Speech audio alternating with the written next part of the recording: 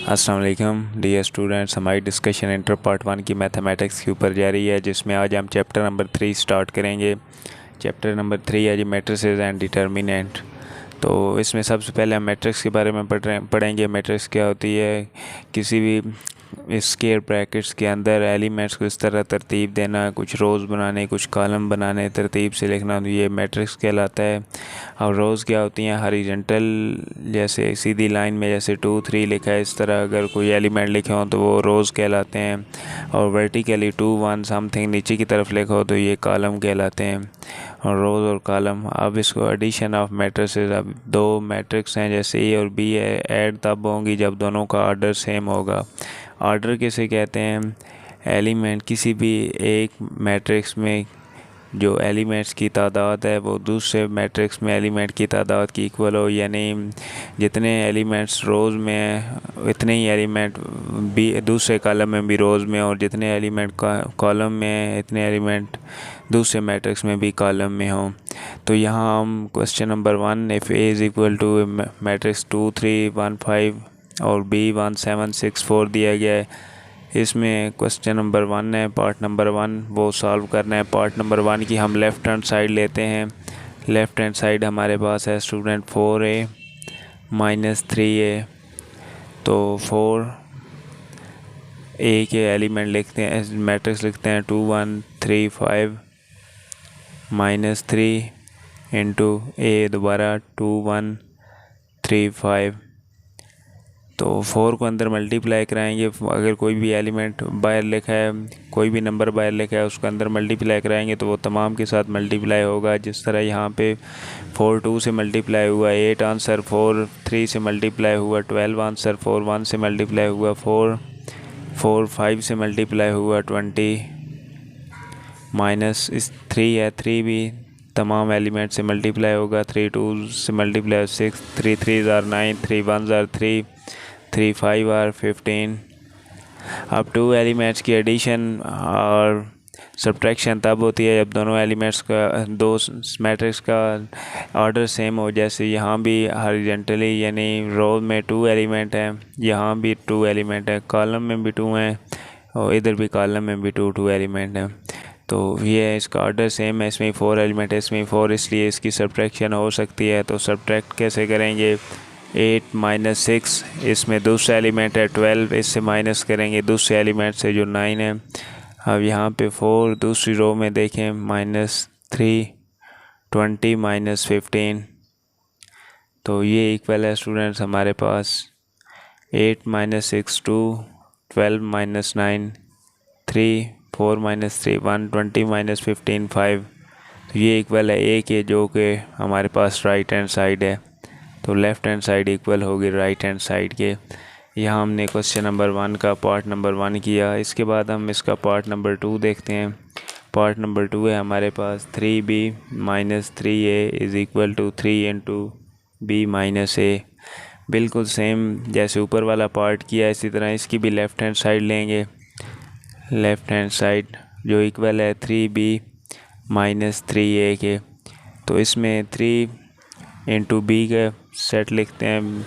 B क्या है जी? 1 6 7 4, B matrix minus 3, ए matrix 2 1 3 5। इनको आपस में मल्टीप्लाई, 3 को मल्टीप्लाई कराया, 3 1 ज़ार 3, 6 3 ज़ार 18, 7 3 ज़ार 21, 4 3 ज़ार 12, माइनस 3 2 ज़ार 6, 3 3 ज़ार 9, 3 1 ज़ार 3, 5 3 ज़ार 15। तो इसको अंदर सब्ट्रैक्शन हो सकती है, इसकी 4 एलिमेंट है, उसकी 4, तो सब्ट्रैक्शन हो सकती है, ऑर्डर सेम है। सब्ट्रैक्ट करते हैं हम। 3 माइनस 6, 18 माइनस 3, 21 माइनस 9, 12 माइनस 15।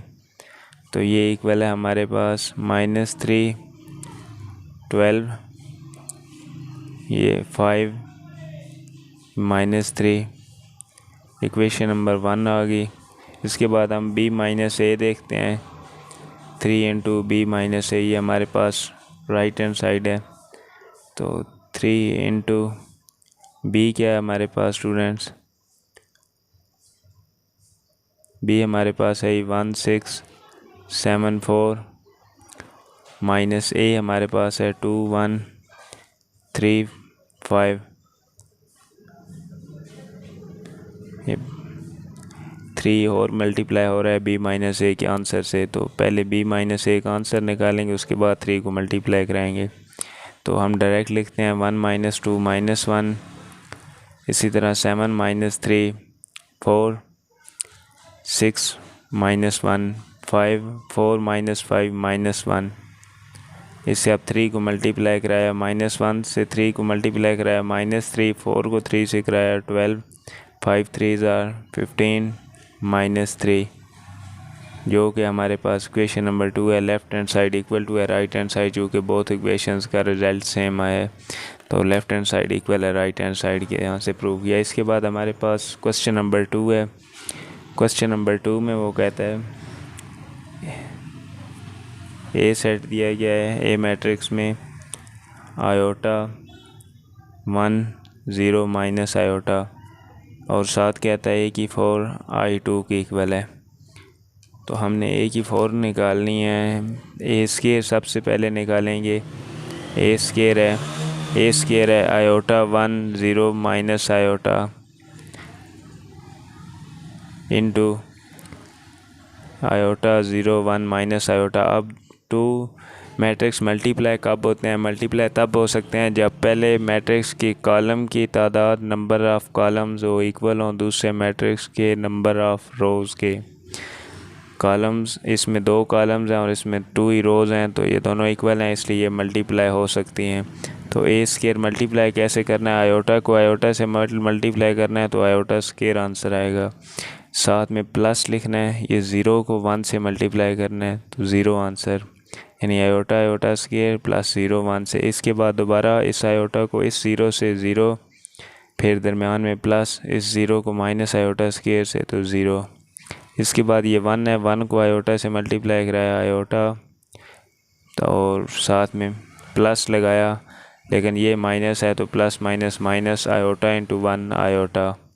इसके बाद इस 1 को 0 से मल्टीप्लाई कराया 0, माइनस आयोटा को माइनस आयोटा से मल्टीप्लाई कराया तो प्लस आयोटा स्केयर आया।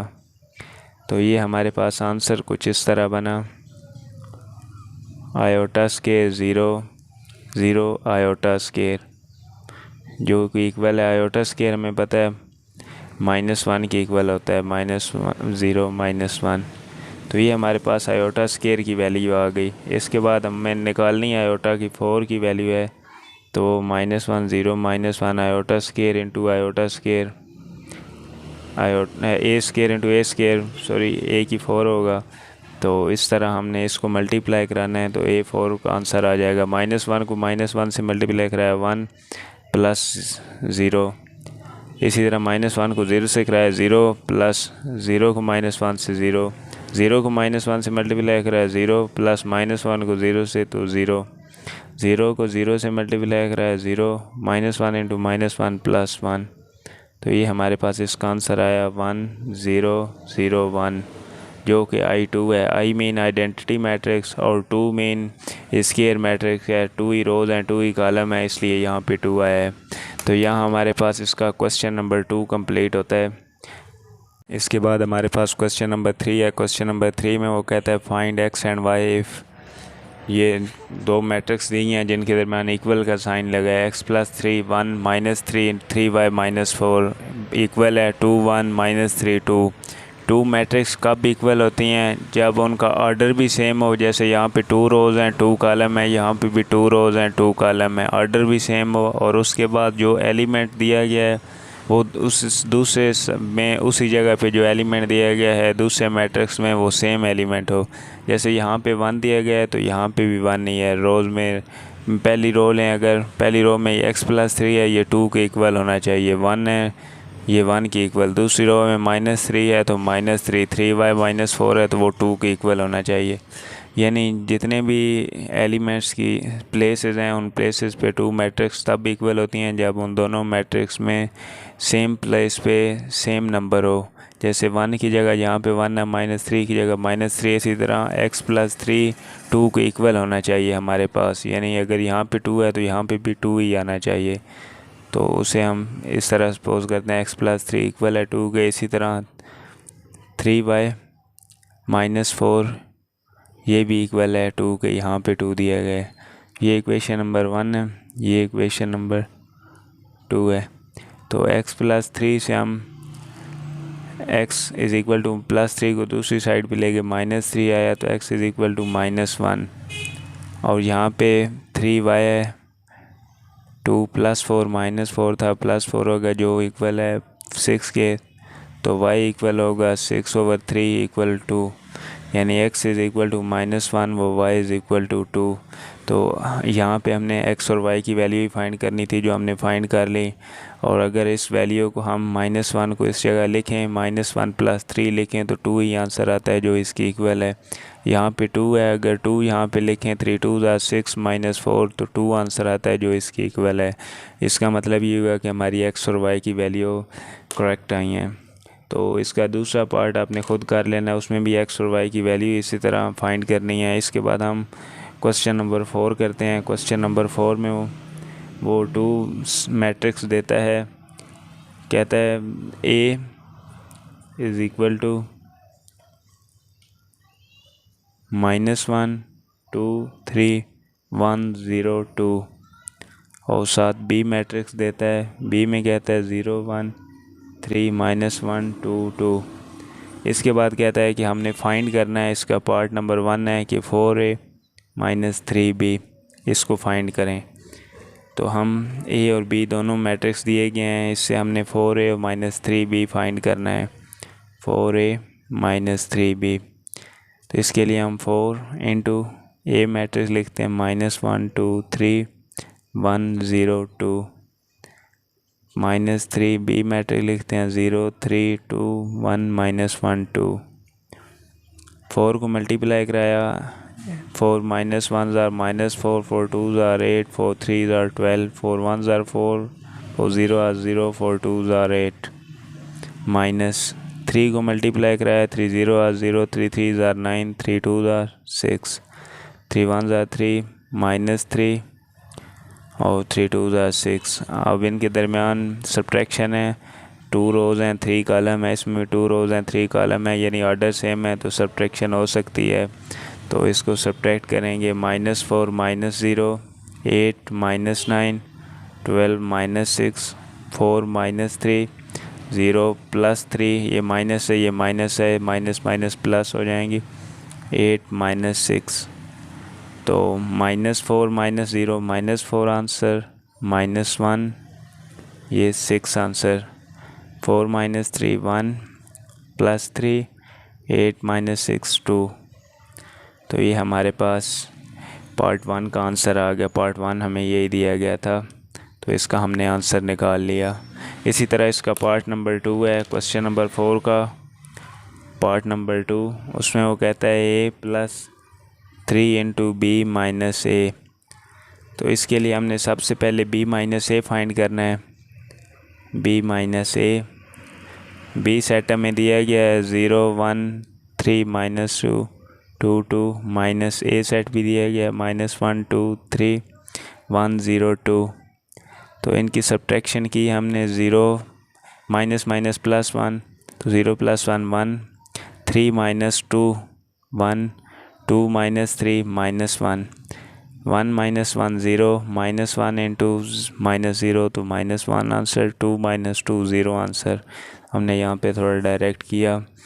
तो इसके बाद हम क्वेश्चन को लेंगे। क्वेश्चन है हमारे पास A + 3 × B - A। सबसे पहले A मैट्रिक्स लिखते हैं, A है -1 2 3 1 0 2।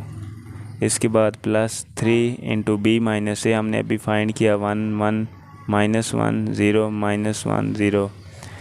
तो इसके बाद हम A मैट्रिक्स जो लिखा है वो लिखते हैं -1 2 3 1 0 2। इसके बाद +3 को मल्टीप्लाई कराएं, अंदर 3 1 = 3 3 1 = 3 3 -1 -3 3 0 0 -3 0। इन दोनों मैट्रिक्स को ऐड कर दें, -1 + 3 आंसर 2 2 + 3 आंसर 5 3 - 3 0 1 + 0 1 0 -3 2 + 0 2। तो ये हमारे पास पार्ट नंबर 2 का आंसर आ गया। तो यहाँ हमारे क्वेश्चन नंबर 4 तक एक्सरसाइज 3.1 का कंप्लीट होता है। अगर इसमें से कोई क्वेश्चन हो तो आप क्वेश्चन कमेंट बॉक्स में कर सकते हैं, और एनी क्वेश्चन अगर वीडियो की रिलेटेड है वो बता दें। अगर वीडियो अच्छी लगी तो सब्सक्राइब कर दें। इसके अलावा नेक्स्ट हम लेक्चर क्वेश्चन नंबर 5 से स्टार्ट करेंगे। तब तक के लिए अल्लाह हाफिज़।